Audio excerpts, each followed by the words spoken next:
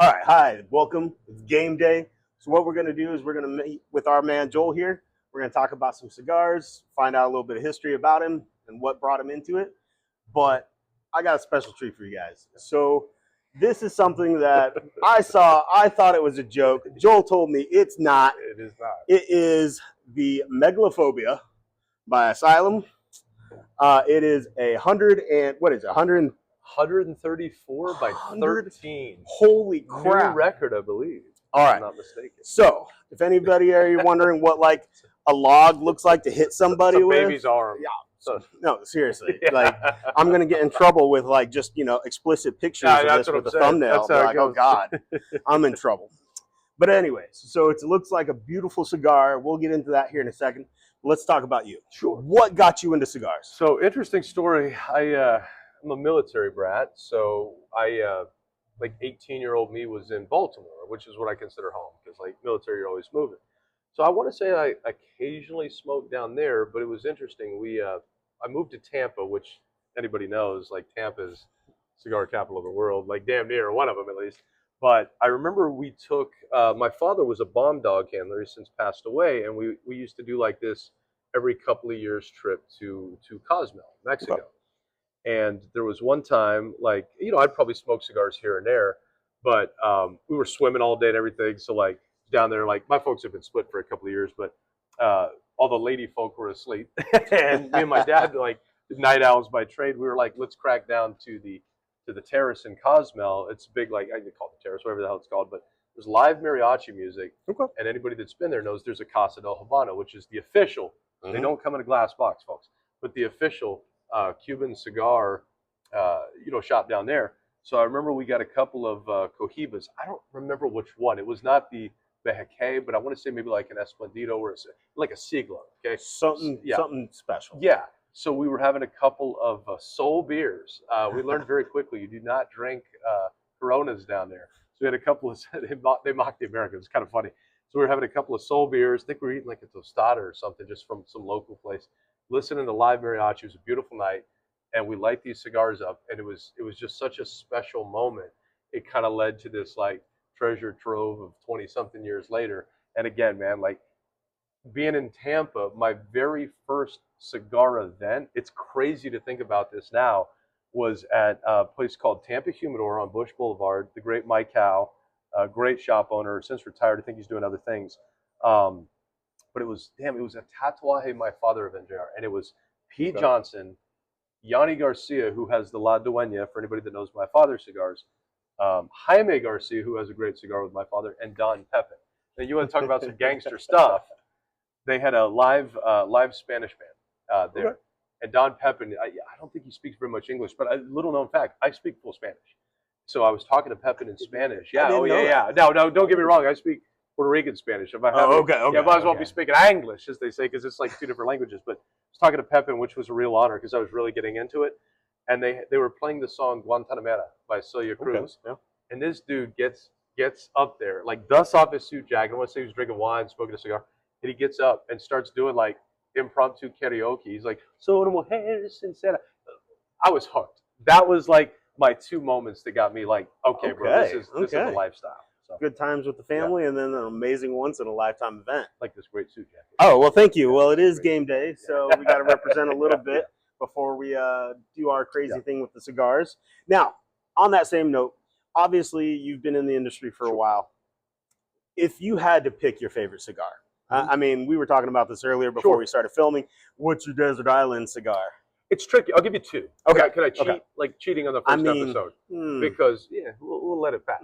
Because like I have a term I like to use called a Sunday cigar. Okay. Because I'm generally off Sundays unless people are sick or whatever, and that's where I'm just like locked in with a drink or coffee, just kind of maybe watching a ball game.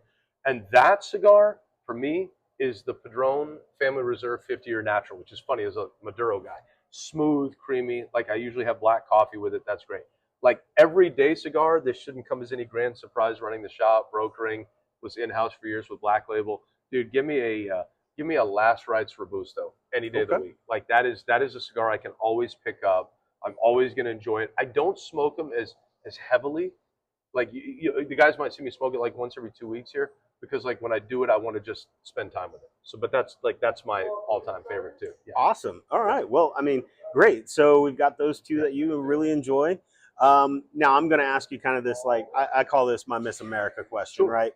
If you could smoke a cigar with anybody, living or dead, who would it be and why? Interesting story. I want to say this came up in a conversation in the past. We were talking about it the other day, because there's a lot of guys that I won't get into those stories for deference of time, but there's a lot of guys I have had a pleasure of smoking with that are pretty cool from like my writing days and stuff. But honestly, he doesn't smoke anymore. I know he had a bout with throat cancer, nothing to do with our industry, to leave it at that. But the actor Michael Douglas. Mhm. I remember like Wall Street Michael Douglas smoking Davidoff, smoking Millennium, smoking Anniversarios.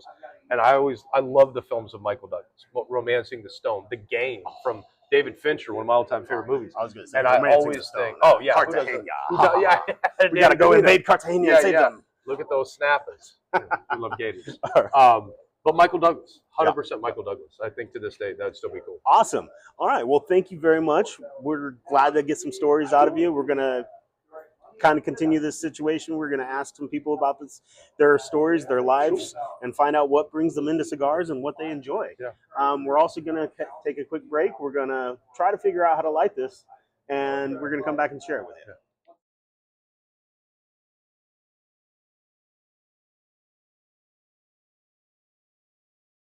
Never mind. Well, now I'm recording.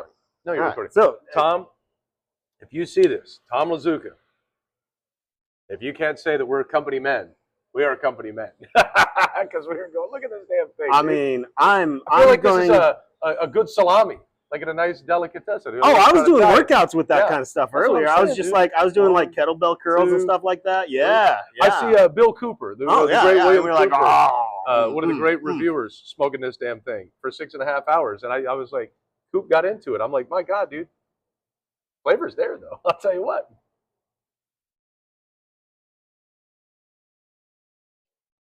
It takes a little bit to get started. But. Oh yeah, dude. I probably went through half a tank of fuel here with my. Okay, that is also why they provide you with a lighter. Yeah, it's a very nice lighter. A very nice lighter too. Good angle on it too. Yeah. All right, so we're going to continue to get these lit and smoked, and we'll capture some clips along the way. I'm not going to make you sit here for 6 hours and watch this. Oh yeah, that'd be ridiculous. Like it's lit. That's the crazy thing. All right, so we busted them out. We're trying to figure out how to light this, smoke this without looking like completely like idiots. But it's kind of crazy. I mean, literally, I thought it would be like blunted at the end. Like I almost hate to say it, almost like a torpedo would be a little bit better because then at least you have something to like, stick in your mouth. But it is what it is. So we're gonna continue to try to get this lit and smoking, and we're gonna have a great night. I feel like we're like, I mean, I honestly am just like I don't know if I'm doing it right. Like, no, bro, it's like I'm trying. It's like, come on, you gotta get your whole mouth into it. I can't get my mouth on it. Like, part of me almost wants to say, like, if I could, like, maybe wet it and compress it a little bit. That's what I'm wondering. Like, are you seeing this shit? This is crazy. And the thing is, the flavor is there, but it's like, dude, that's like a double sub that I can't even get out of my mouth. Like, I have a new respect for the OnlyFans crowd. Here you go, buddy. Let's see.